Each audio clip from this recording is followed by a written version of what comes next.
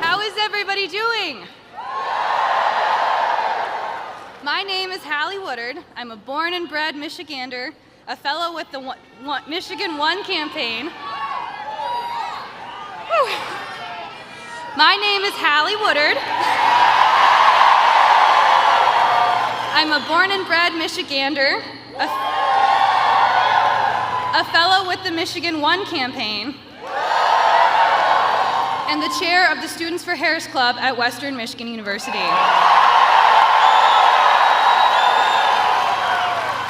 This will be the very first time I ever get the chance to vote in a presidential election. I cannot think of a more important race to cast my first ballot. The choice in this election is very clear. On one side, we've got Kamala Harris. She is someone who has spent her life fighting for the people. She is running in this race to lower costs, to protect our fundamental rights, and make life better for people like you and me.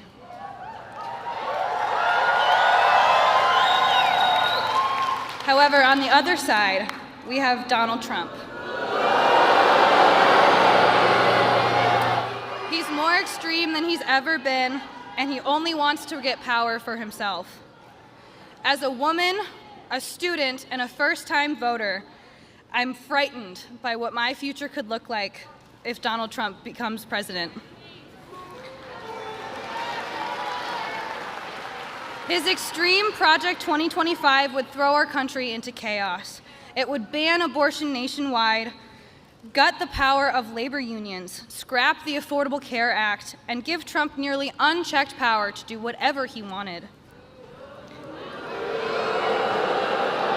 But we have another choice.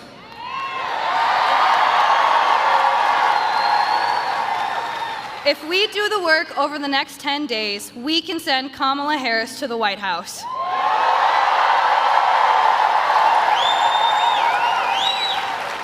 Now, I am beyond thrilled to welcome a person who knows all too well the stakes of this election.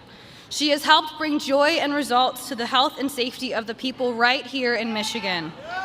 She is on the campaign trail for the very first time this election cycle because she knows how important Michigan is in this election, especially on our very first day of early voting. So, Kalamazoo, it is my honor and privilege to welcome to the stage your former First Lady, Michelle Obama.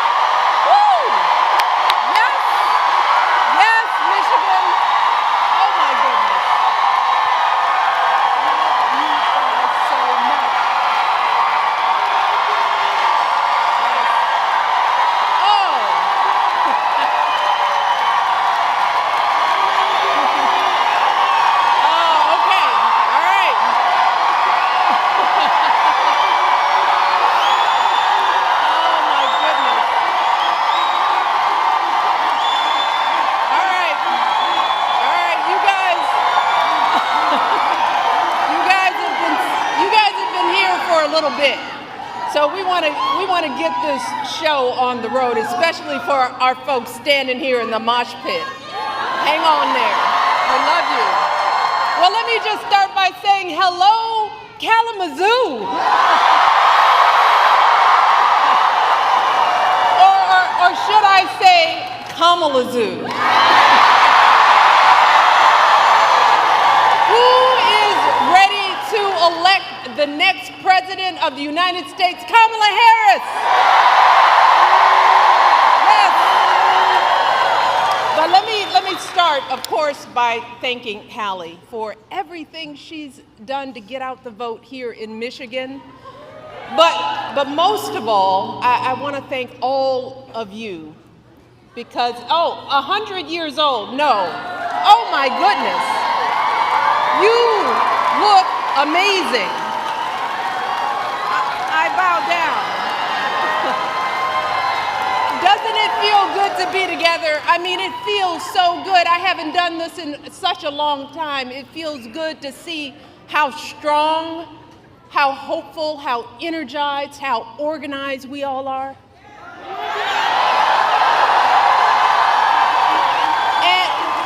And we need that.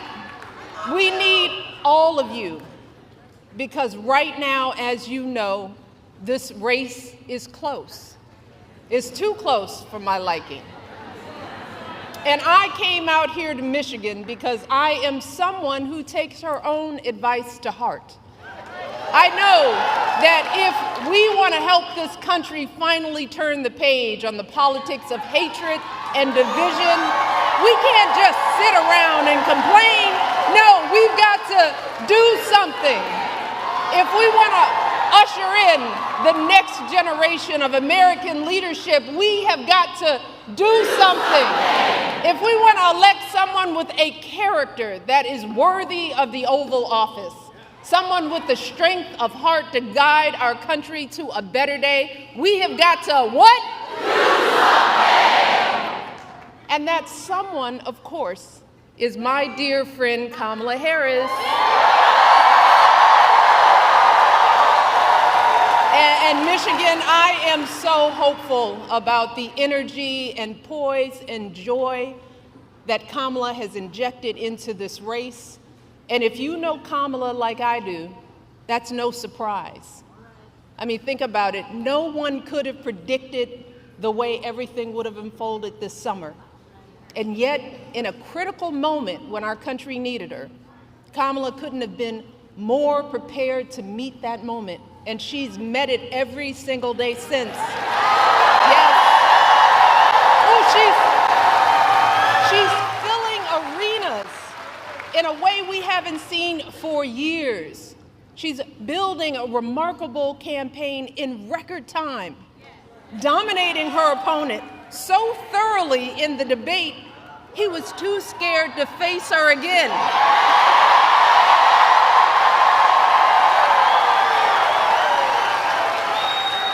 Kamala, she's putting herself out there fearlessly, facing down even her harshest critics.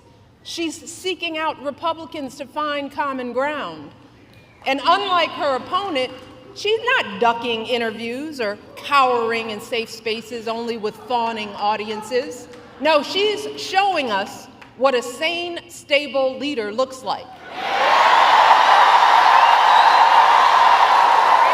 She's not losing her train of thought or stumbling over her words. And she's doing it all with vigor and with grace. That's because Kamala Harris is a grown-up.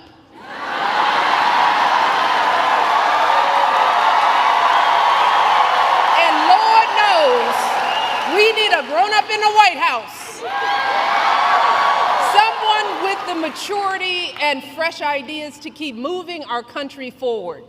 Kamala is the only candidate in this race who has outlined a clear set of policies, including focusing on lowering costs and reducing drug prices for all Americans,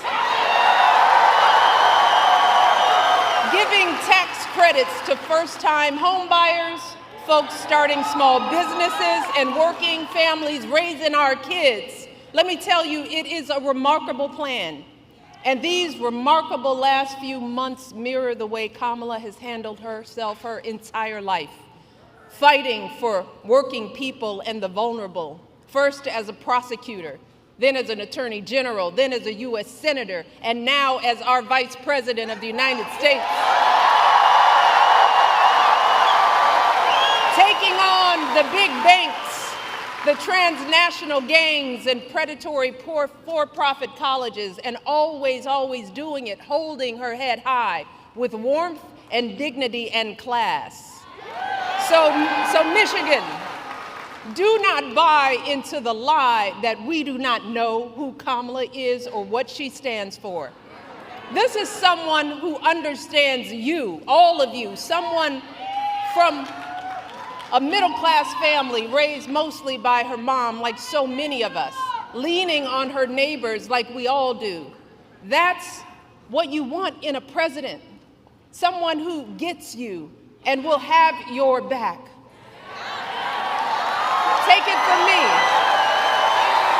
And I know good people.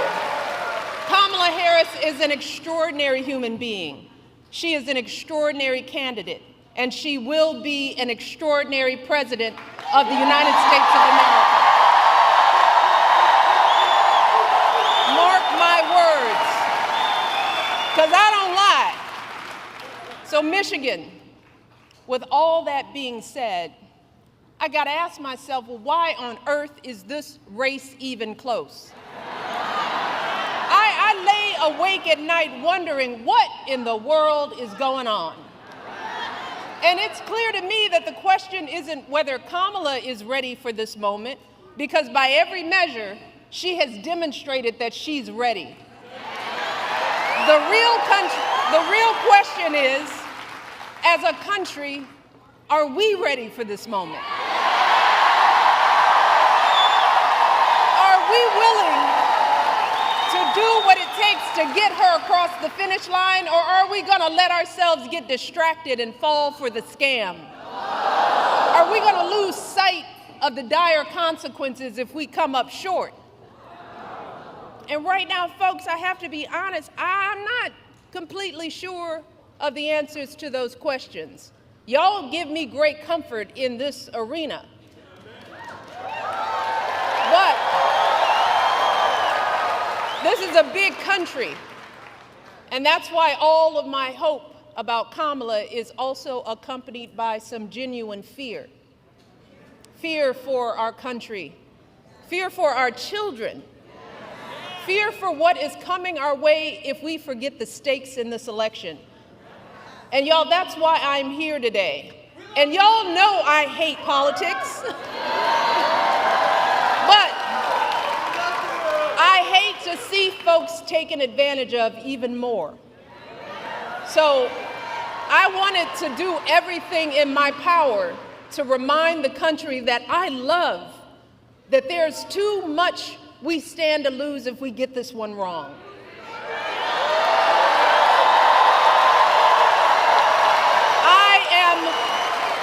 I'm deeply concerned, and I'm talking to everybody out there, that too many of us are still confused and buying into the lies and distortions from people who do not have our best interest at heart. So I want to address some of these concerns head on. Because when you lay out the options, this choice isn't even close. But whether it's online or in the media or in our social circles, there are folks who say they're not sure about Kamala. They accuse her of not providing enough policy detail. Some wonder, do we really know her? Is she too aggressive? Is she not aggressive enough? There are folks sowing seeds of doubt about whether she's who she appears to be.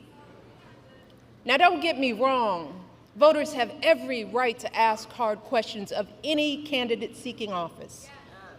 But can someone tell me why we are once again holding Kamala to a higher standard than her opponent?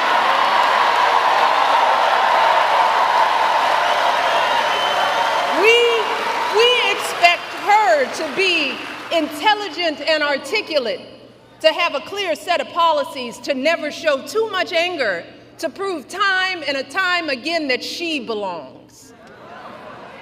But for Trump, we expect nothing at all. No understanding of policy, no ability to put together a coherent argument, no honesty, no decency, no morals. Instead, too many people are willing to write off his childish, mean-spirited antics by saying, well, Trump's just being Trump, rather than question his horrible behavior. Some folks think he's funny. And if you remember, that's exactly how he got elected the first time. Folks gave him a pass and rolled the dice, betting that he couldn't possibly be that bad.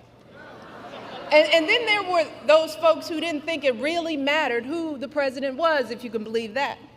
And still others who thought it'd be a good idea just to blow up our entire democracy. Let us not forget how badly that worked out for all of us. Let us not forget the incompetence and the corruption, the chaos that was the cornerstone of his entire 4 years in office. Let's start with the pandemic. Remember how woefully unprepared he was? How he was sowing seeds of fear and confusion, endangering lives with his lies and ignorance, denigrating the doctors and scientists trying to help us. You want to talk about plans? Well, my husband left him a very detailed pandemic plan.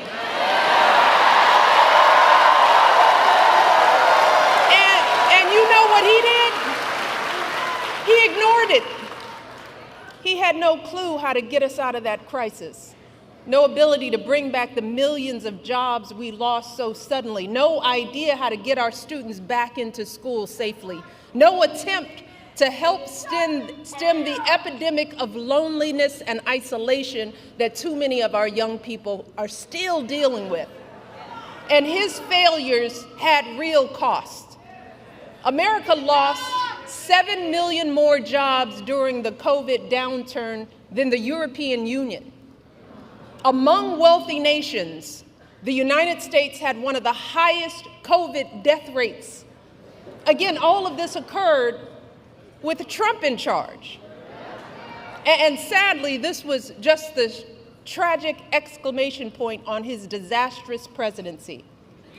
Installing judges and justices who have now stripped away our reproductive freedoms, cracking down on protesters marching to protect their sons from being shot because of the color of their skin, rolling back protections for LGBTQ Americans, fanning conspiracy theories, unleashing hatred in our communities. And then, when the American people fired him from a job that was too big for him to begin with, he tried to steal it, egging on a violent mob that breached our nation's capital.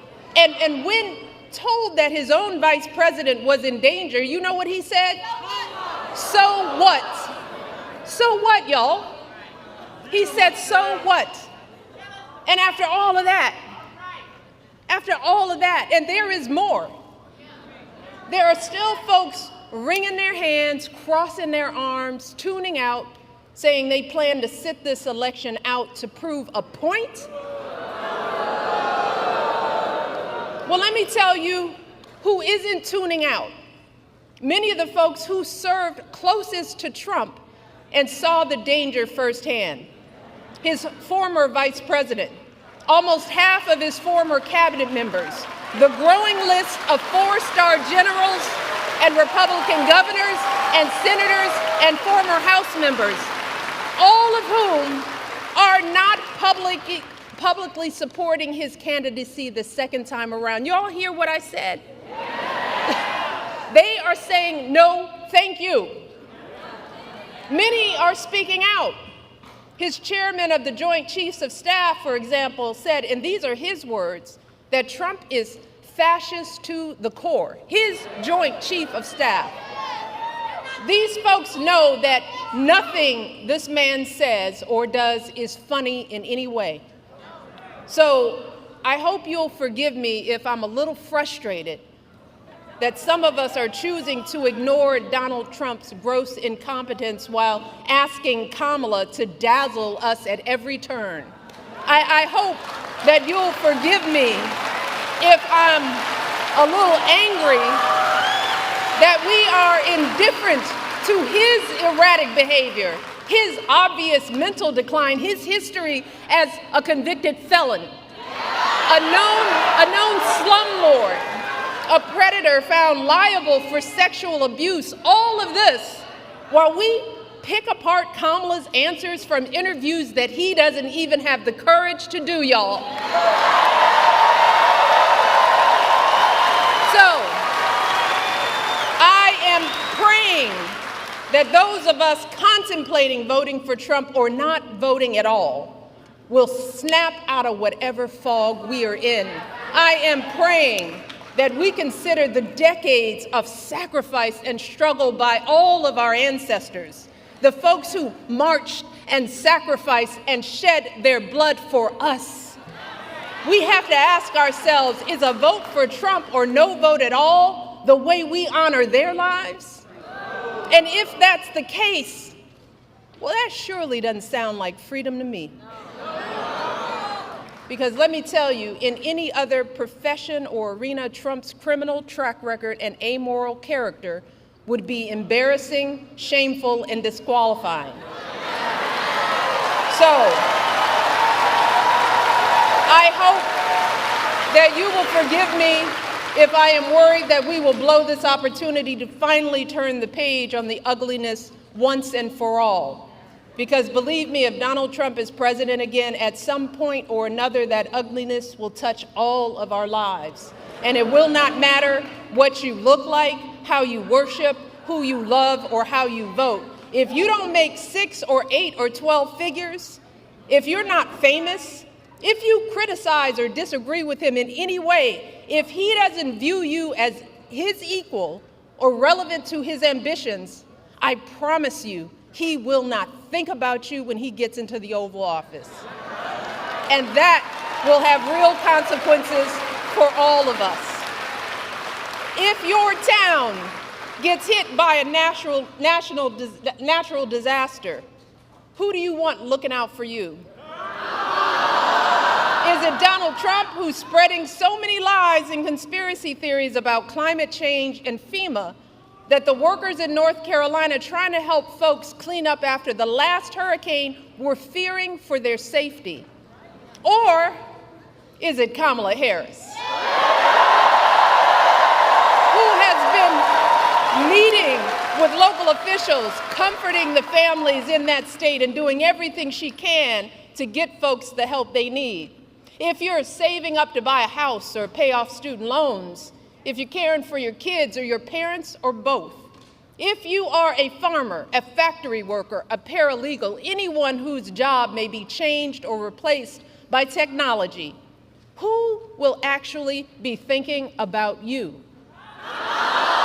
Is it Donald Trump, who's palling around with billionaires that want a puppet in the White House who will let him run unchecked?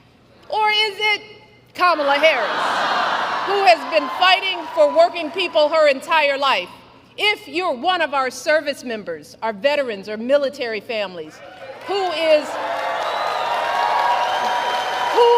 going to value your service and sacrifice?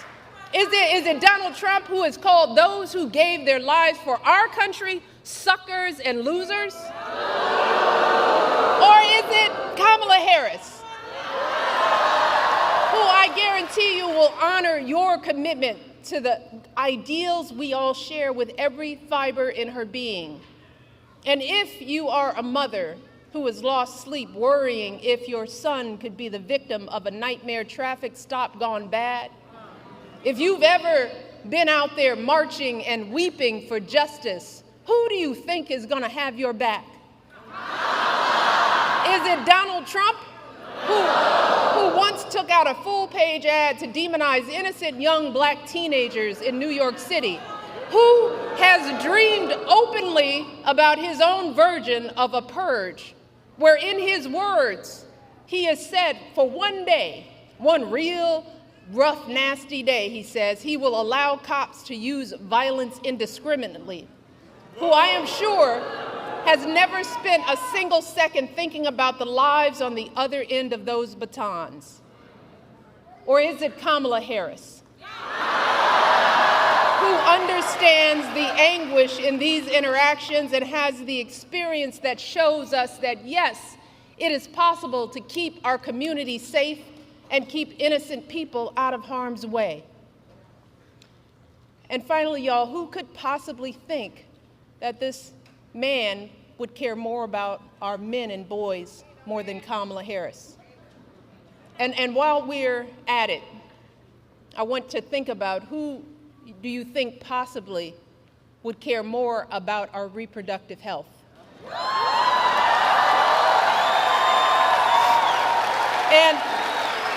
And I just want to take a moment with this particular question, because there is so much that gets lost in the conversation about women's reproductive rights.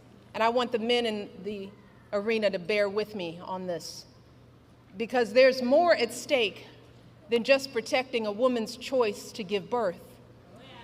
And sadly, we as women and girls have not been socialized to talk openly about our reproductive health. We've been taught instead to feel shame and to hide how our bodies work. Some young girls enter puberty not knowing what to expect. Too many of us suffer with severe cramps and nausea for days on end every single month. And then on the other end of the reproductive timeline, too many women my age have no idea what's going on with our bodies as we battle through menopause and debilitating hot flashes and depression. See, fellas, most of us women, we suck up our pain and we deal with it alone.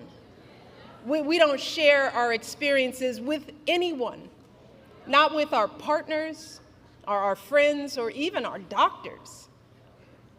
Look, a woman's body is complicated business, y'all.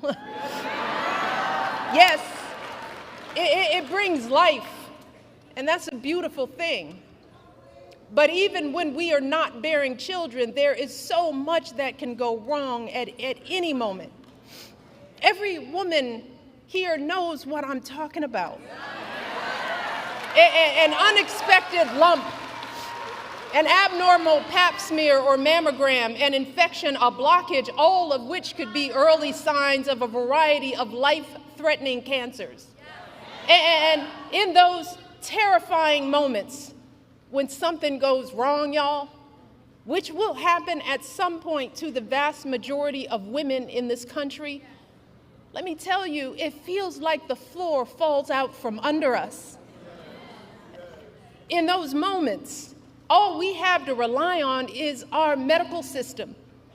In those dark moments, all we have to rely on is our faith in a higher power and the experience of doctors to get us the care we need in a timely manner.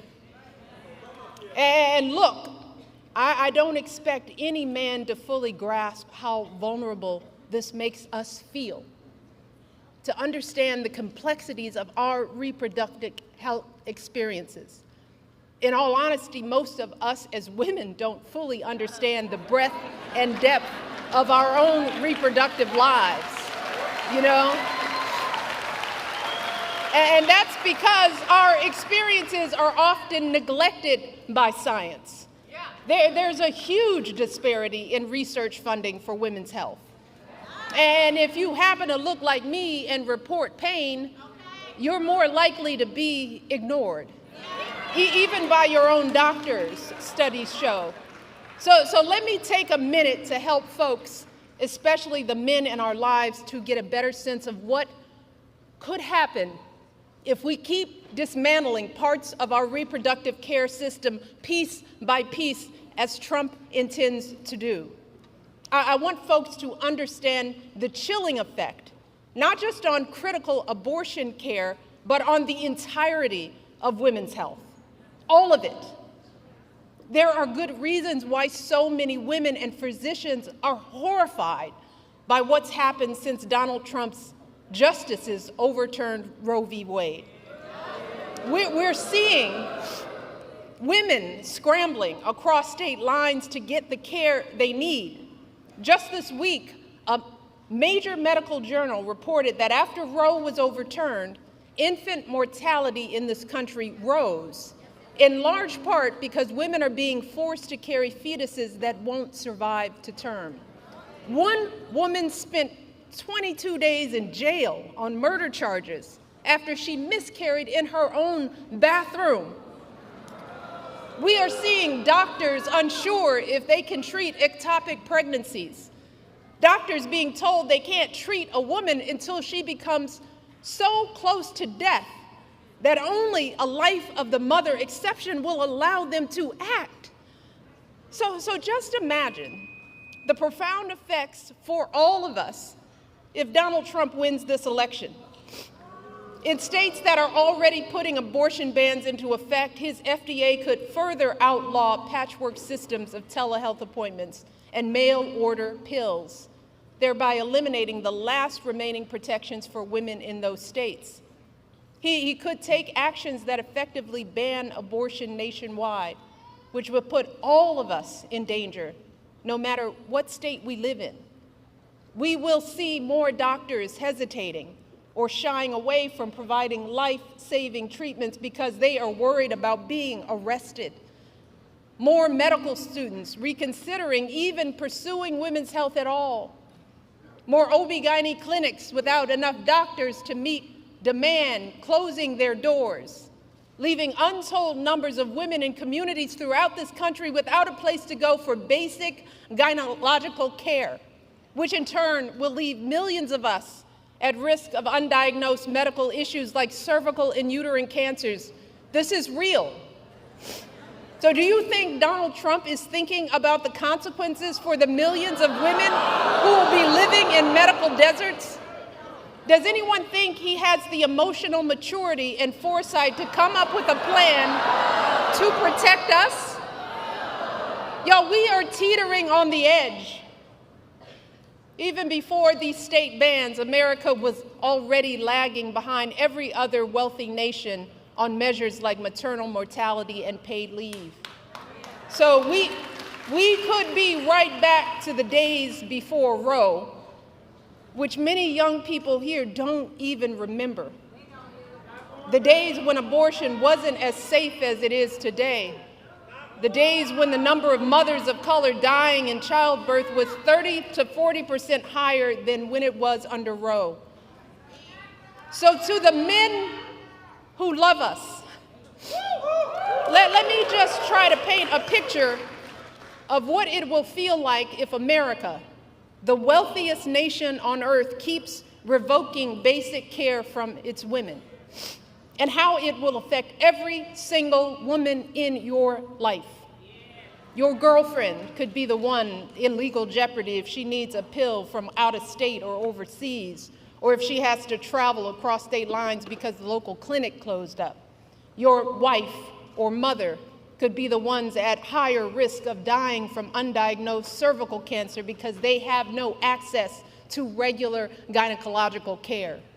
Your daughter could be the one too terrified to call the doctor if she's bleeding during an unexpected pregnancy. Your niece could be the one miscarrying in her bathtub after the hospital turned her away.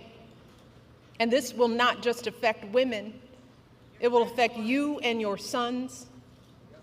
The devastating consequences of teen pregnancy won't just be borne by young girls, but also by the young men who are the fathers. They too will have their dreams of going to college, their entire futures totally upended by an unwanted pregnancy.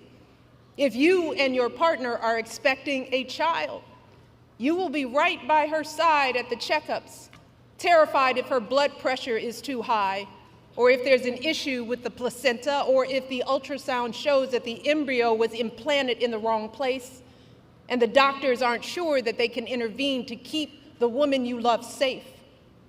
If your wife is shivering and bleeding on the operating room table during a routine delivery gone bad, her pressure dropping as she loses more and more blood, or some unforeseen infection spreads and her doctors aren't sure if they can act, you will be the one praying that it's not too late.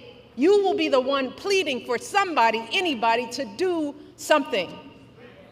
And then there is the tragic but very real possibility that in the worst case scenario, you just might be the one holding flowers at the funeral. You might be the one left to raise your children alone. See, these are just some of the ways women die during childbirth. And I don't want to be a downer, y'all.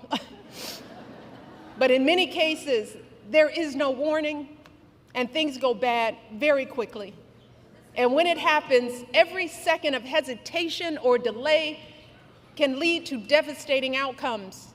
So I am asking y'all from the core of my being to take our lives seriously. Please, do not put our lives in the hands of politicians, mostly men, who have no clue or do not care about what we as women are going through, who don't fully grasp the broad-reaching health implications that their misguided policies will have on our health outcomes. The only people who have standing to make these decisions are women with the advice of their doctors. We are the ones with the knowledge and experience to know what we need. So please, please do not hand our fates over to the likes of Trump, who knows nothing about us, who has shown deep contempt for us. Because a vote for him is a vote against us, against our health, against our worth. And let me tell you all, to think that the men that we love could be either unaware or indifferent to our plight is simply heartbreaking. It is a sad statement about our value as women in this world. It is both a setback in our quest for equity and a huge blow to our country's standing as a world leader on issues of women's health and gender equality. So fellas, before you cast your votes, ask yourselves, what side of history do you want to be on?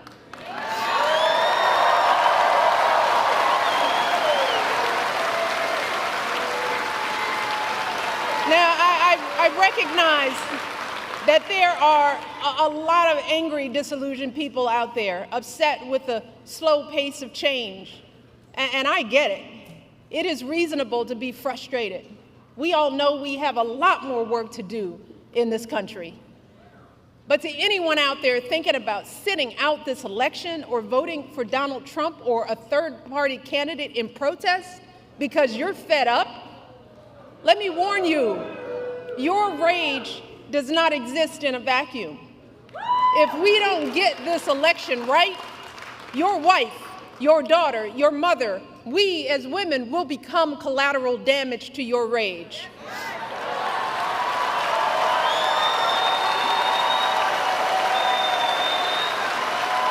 So, are you as men prepared to look into the eyes of the women and children you love and tell them that you supported this assault on our safety? And to the women listening, we have every right to demand that the men in our lives do better by us.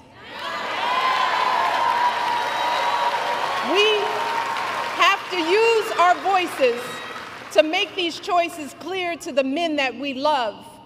Our lives are worth more than their anger and disappointment. And we are more than just baby-making vessels.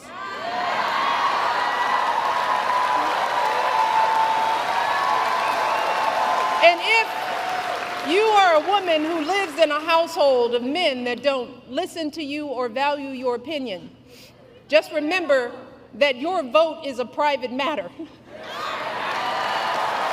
Regardless of the political views of your partner, you get to choose. You get to use your judgment and cast your vote for yourself and the women in your life. Remember, women, standing up for what is best for us can make the difference in this election. So let us use our voices in these final days to make it plain to the men in our lives that we need to stand not with Trump, but with us. We need them to vote for the only candidate in this race who will protect our lives. We need them to vote for Kamala Harris. Kamala, she will fight to restore our reproductive freedoms and defend our health. Kamala will fight for our access to life-saving emergency care and maternal care in every state. Kamala will veto any abortion ban or bill that restricts access to contraception or IVF. Kamala will expand access to birth control and abortion pills. And she will do all of this not because she's a woman, but because she's a decent human being.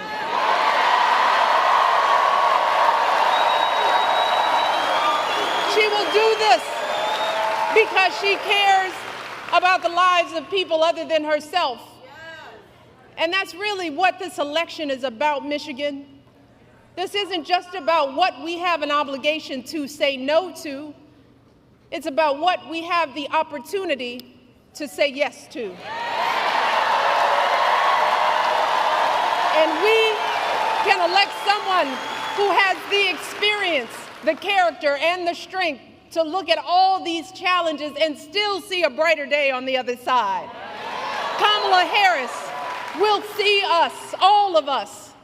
Kamala Harris will listen to us, all of us. She will protect our freedom. She'll stand up for all of our lives. She will have our backs for the folks trying to get ahead and those just trying to get by.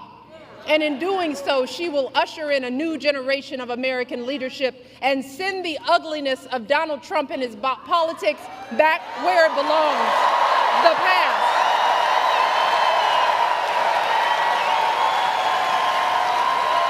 But Michigan, she cannot do any of this alone. So I'm asking you one last time, let us not just sit around and complain. Let's do something. If your brother or your son or boyfriend needs to hear your perspective, are you willing to talk to them? Are you willing to send a video of what I've just said? Are you willing to do something?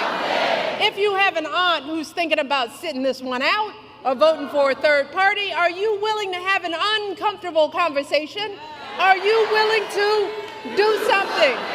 If you have an extra hour or extra weekend, are you willing to knock on doors and talk to your neighbors? Are you willing to do something? Look, Michigan, we've just got 10 more days to make it happen. 10 more days to wave goodbye to the incompetence and hatred and division. 10 more days to welcome in a leader with the character and the heart and the strength worthy of the office she seeks and worthy of the country that we all love. Michigan, let's give Kamala everything we've got. Can we get this done? Can we get this done, Michigan? We need you, every last one of you. Get this done. Get this done. And now, it is my pleasure to welcome to this stage the next President of the United States, Kamala Harris.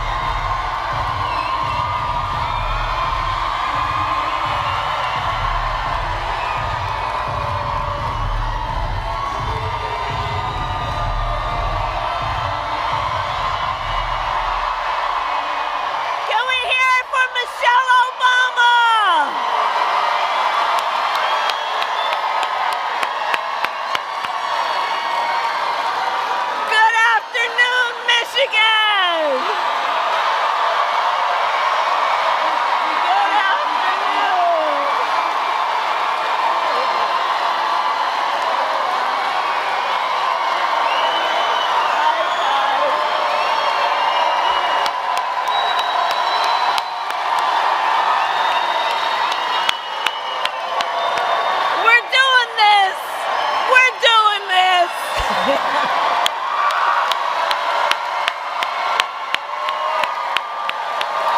right. Okay. Oh, it's great to be in Kalamazoo.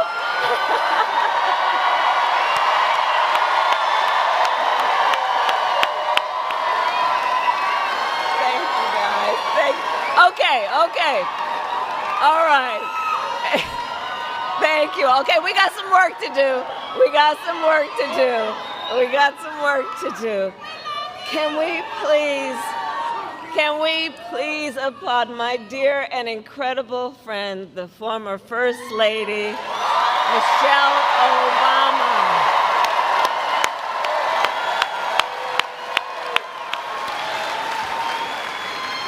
And I just have to say, I've known Michelle for years, and she is an inspiration. I know everybody here knows this. She is a truth teller, and she motivates us to get to work, especially when the stakes are high, because as she reminds us, as my mother taught me, don't just sit around and complain about injustice. Do something.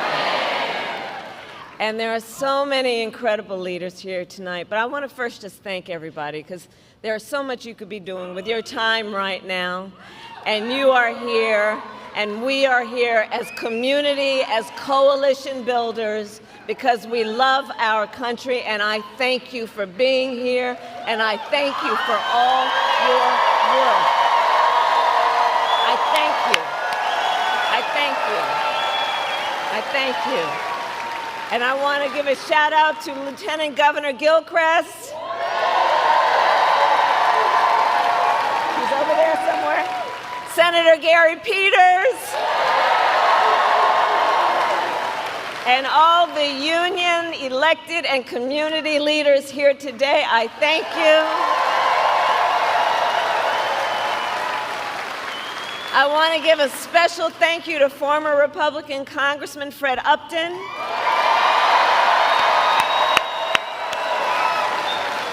Who represented Kalamazoo for decades and has endorsed our campaign because, as he put it, ours is the team that will bring people together, strengthen our economy, and get things done for the American people.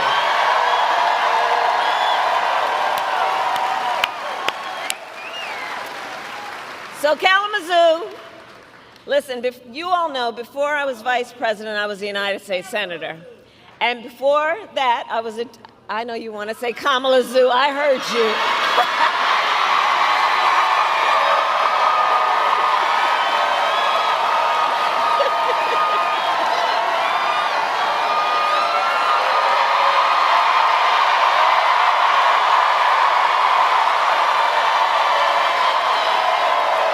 Okay, all right, okay, we got that out of the way, okay. So listen, before I was vice president, and before that I was a two-term Attorney General of California, I was a senator and a two-term Attorney General of California, and before that a district attorney, and before that a courtroom prosecutor. And in those roles, I took on perpetrators of all kinds. Predators, fraudsters, and repeat offenders. I took them on, and I won.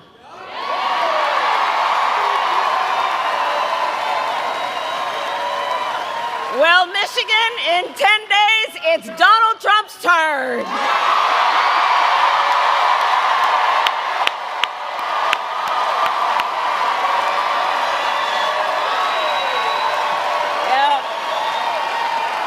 Yep. So listen, we've got just 10 days left. Well, you know, I hear your chant, but listen, the courts are going to handle that. We're going to handle November. Okay? There we go. So look, we've got just 10 days left in one of the most consequential elections of our lifetime. As you all know, voting has already started. And everybody here knows this is going to be a tight race till the very end. So we have a lot of work to do. But we like hard work. Hard work is good work. Hard work is joyful work. And make no mistake, we will win. We will win. We will win. We will win. We will. Yes, we will.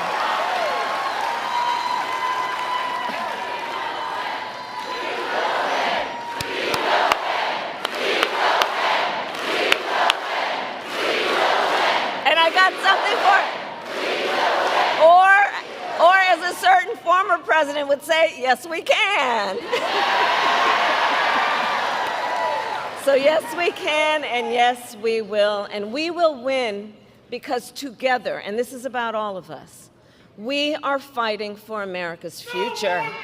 And we understand the opportunity we have before us to turn the page on the fear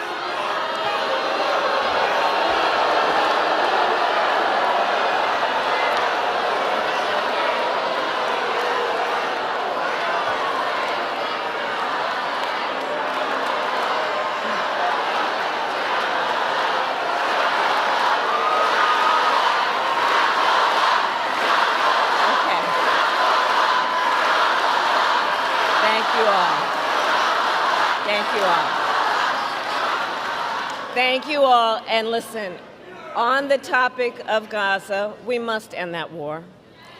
And we must end the war and bring the hostages home. But now I am speaking about 2024. All right.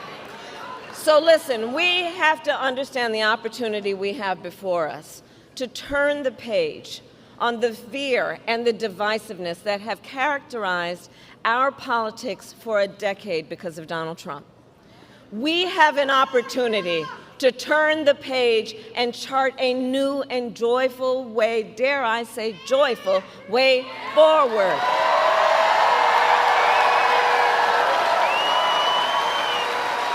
Where we tap into the ambition and the aspirations and the dreams of the American people.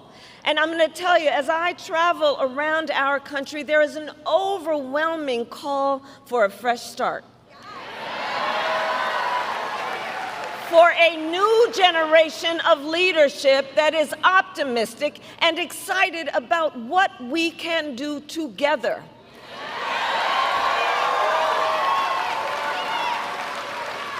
There is a yearning in our country for a president who sees the people, not just looking in the mirror all the time, but sees the people, who gets you and who will fight for you. That is what this election is about. And my whole career, I have put the people above partisanship. I never asked somebody, are you a Democrat or a Republican, before I offered help. Instead, the first and only thing I asked is, how can I help you?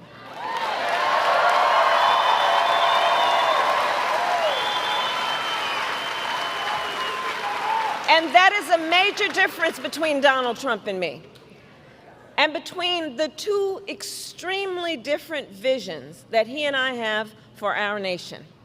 One, his, focused on the past and himself. The other, ours, focused on the future and you and your family.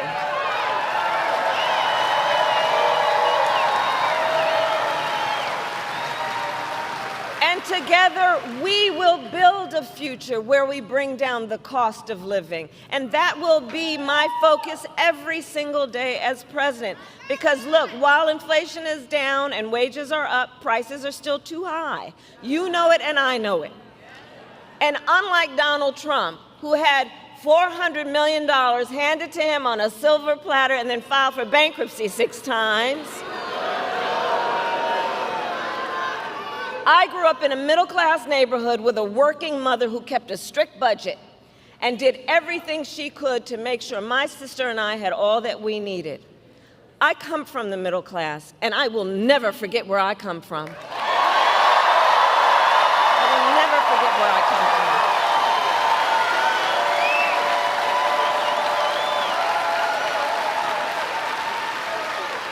And so my common sense plan is about lowering the prices you pay on everything from prescription medication to groceries to housing. On the other hand, Donald Trump will raise costs on the families of America. In fact, independent economists have analyzed our plans and found that mine will cut your costs and strengthen our economy, while his will increase inflation and lead to a recession by the middle of next year. And his agenda is all laid out in Project 2025, which I still must say, I cannot believe they put that in writing. I mean, they put it in writing, they bound it, they handed it out. And if you get your hands on it, Google it. It's a detailed and dangerous blueprint for what he will do if he is elected president. Donald Trump will impose a 20% Trump national sales tax on everyday basic necessities, which will cost, the economists have measured it, will cost the average family nearly $4,000 a year. On the other hand, I will take on an issue like corporate price gouging. I've done it before, and I will do it again. Donald Trump will give massive tax cuts to billionaires and the biggest corporations, exactly like he did the last time he was president.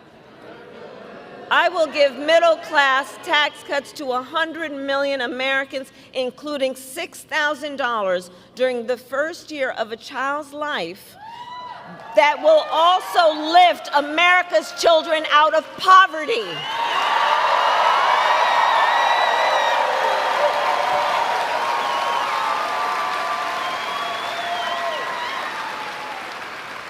Donald Trump, again, read his plan, will get rid of the $35 cap on insulin for seniors. He will cut Medicare and Social Security. In fact, recently, it was published, independent economists say he will bankrupt Social Security in the next 6 years.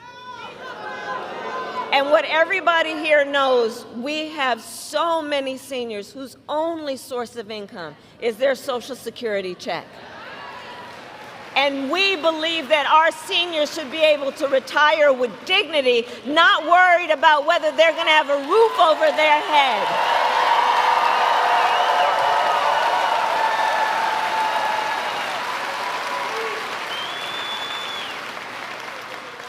And we believe that their families also should not be overwhelmed by the cost of home health care, which is why my plan includes ensuring that instead of you who are taking care of your elder relative, you know, I took care of my mother when she was sick, and I know what that is like. It's about trying to cook something that they feel like eating. It's about trying to help them put on a sweater. It's about trying to say something that maybe will bring a smile to their face and maybe make them laugh from time to time. It's about their dignity. But we have a lot of people right now living in what we call the sandwich generation, who are taking care of your kids while you're taking care of your parents. And that's a lot. It's a lot. And too many people either if you are fortunate enough, you may have some extra money that you can hire somebody, but most people can't. So what that means is so many people have to think about leaving work, quitting their job, which means cutting a source of income, or spending down all of your savings to be able to qualify for Medicaid. It's just not right. So part of my plan says that we're going to make sure that Medicare covers the cost of home health care for our seniors. It's about dignity. It's about dignity. It's about seeing people where they are and understanding the burdens people face and lifting folks up instead of trying to beat people down, which is exactly what we see on the other side. On top of that, my plan will bring down the cost of housing because we know housing is too expensive. And for so many people, you know, generations ago, folks could kind of count on the American dream. But it's out of reach for far too many people. And so we're going to bring down the cost of housing, including creating incentives for more home building, and we are going to create a $25,000 down payment assistance for first-time home buyers. Just to get your foot in the door. Because the way I see it, it's not enough that you're just able to get by. I want you to be able to get ahead.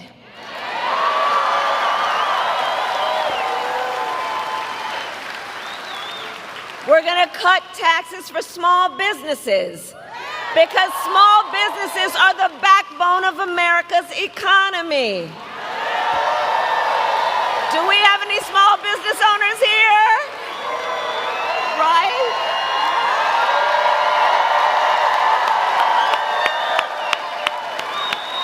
I love our small businesses. We're going to lower health care costs because, look, I believe health care should be a right and not just a privilege of those who have the money to afford it.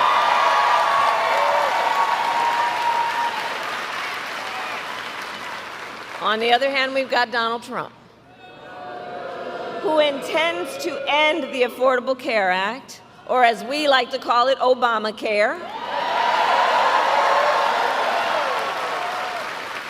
And he would take us back to when insurance companies had the power to deny people with pre-existing conditions. You remember what that was like? Well, we are not going back. We are not going back. Because we are about moving forward.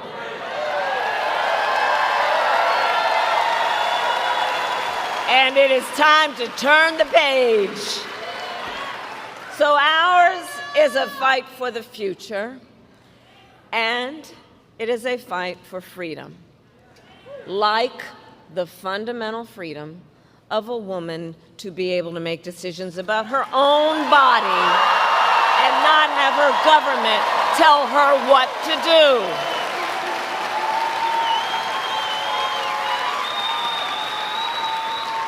And remember how we got here. Donald Trump hand-selected 3 members of the United States Supreme Court with the intention that they would undo the protections of Roe v. Wade. They did as he intended, and now 1 in 3 women in America lives in a state with a Trump abortion ban. Many with no exceptions for rape and incest. And the idea that somebody who survives a crime of a violation to their body would not have the right to make a decision about what happens to their body next, that is immoral. And let us agree, one does not have to abandon their faith or deeply held beliefs to agree that the government shouldn't be telling her what to do. Not the government. Not the government. If she chooses, she will talk with her priest, her pastor, her rabbi, her imam, but not the government. Come on. Some folks up in a state capitol telling you what's in your best interest like you don't know? Not in Michigan, but look, if there's a national, if there's a national abortion ban, nobody is safe. And that's why I so thank everybody for being here, knowing this is at stake for everybody and fighting for everybody's rights.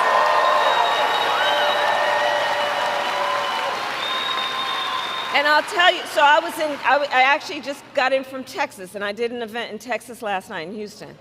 And if you saw it, you probably saw some of the stories about what has been happening in our country. The suffering.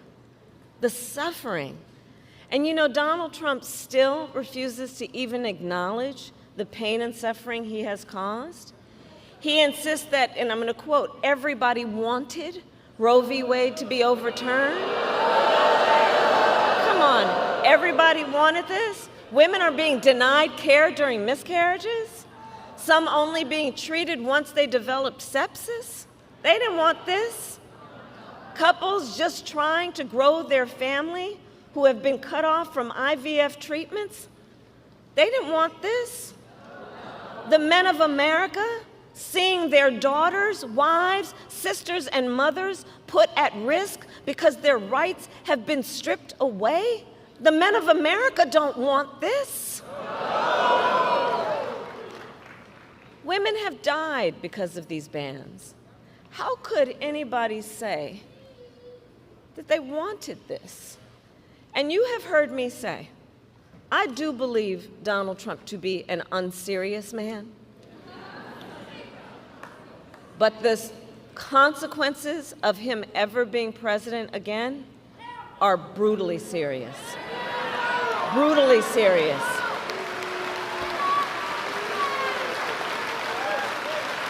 And what I mentioned are just some of the consequences of what he has done. And I will tell you, I pledge to you, when Congress passes a bill to restore reproductive freedom nationwide, as President of the United States, I will proudly sign it into law. Proudly. Proudly. With your help. And so, look, and I'm traveling our country, and I'm going to tell you, across our nation, we are witnessing a full-on assault on other hard-fought, hard-won freedoms and rights, like the freedom to vote. You know, in Georgia, they got a law that makes it illegal to give people food and water for standing in line to vote. The hypocrisy abounds. What happened to love thy neighbor? Attacks on the freedom to be safe from gun violence. The freedom to breathe clean air and drink clean water. The freedom to love who you love openly and with pride.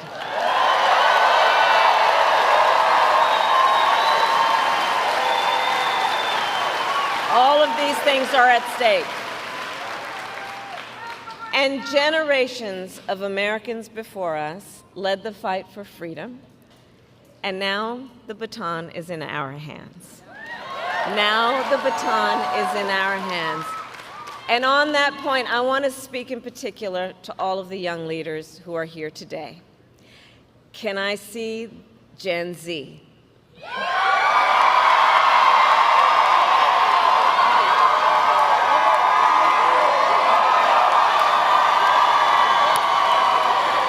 I love you guys.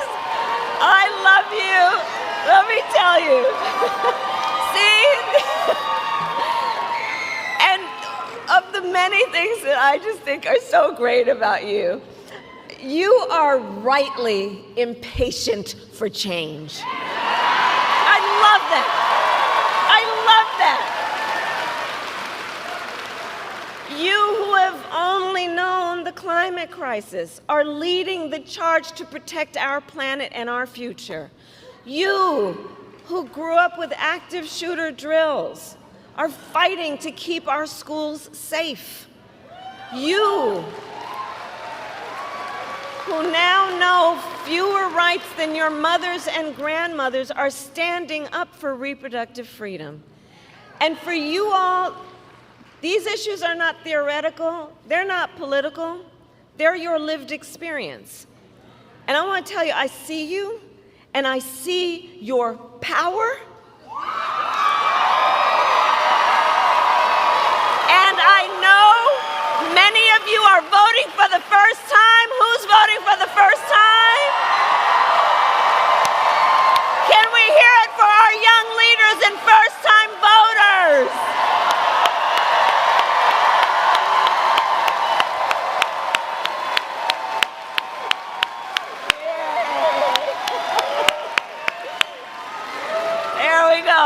That's what this is about, right? That's why we're all here together. It's about our future. So listen, so much is on the line in this election. You all know that. And this is not 2016 or 2020. The stakes are even higher. Because over the last 8 years, Donald Trump has become more confused, more unstable, and more angry. And it is clear he has become increasingly unhinged. But the last time at least there were people who could control him. But notice, they're not with him this time. And then a few months ago, the Supreme Court told the former president he is effectively immune no matter what he does in the White House. It's not 2016 or 2020 when you think about that. Because just imagine Donald Trump with no guardrails. He who will claim unchecked and extreme power if he is reelected. He who has vowed he will be a dictator on day one. He who has said he wished he had generals like Hitler's. Who calls Americans who disagree with him the enemy from within. You know what that harkens back to? And he says he would use the American military to go after them. Donald Trump has even called for the, quote, termination of the Constitution of the United States of America. And let us be very clear. Someone who suggests we should terminate the Constitution of the United States should never again stand behind the seal of the President of the United States. Never again. Never again. Never again.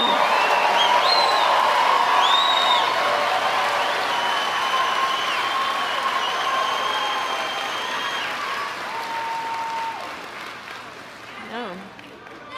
So there is a huge contrast in this election, and I'm going to ask everyone to just imagine the Oval Office in 3 months. So you can picture it. But here's what I say to the folks who are watching. It's either Donald Trump in there stewing over his enemies list, or me working for you, checking off my to-do list.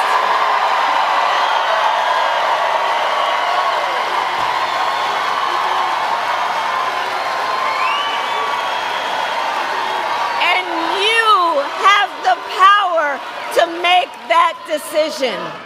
You have the power to make that decision. And this is the beauty of our democracy as long as we can hold on to it. The power is with the people.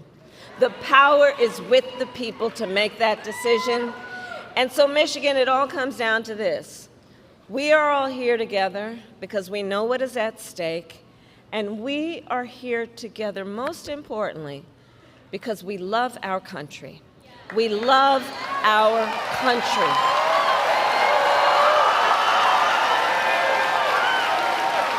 We love our country.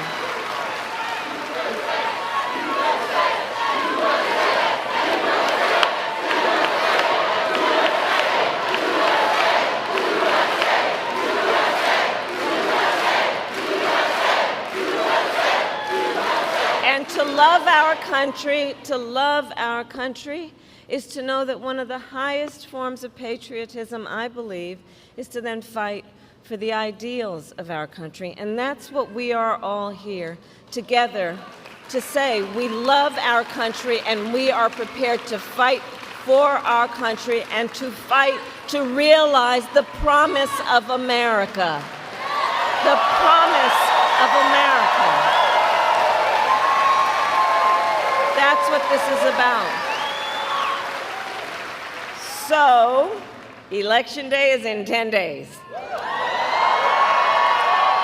And early voting has already started.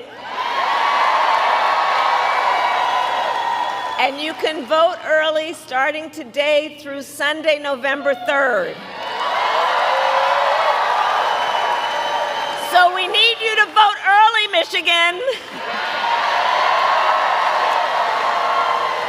And now then is the time to make your plan to vote. And you can go to iwillvote.com to get all the information you need. And if you have received your ballot in the mail, please do not wait. Fill it out and return it today. Because, folks, the election is here. It is here, and the choice is truly in your hands. And your vote is your voice, and your voice is your power. It's your power. So, Michigan, today I ask you, are you ready to make your voices heard? Do we believe in freedom? Do we believe in opportunity? Do we believe in the promise of America?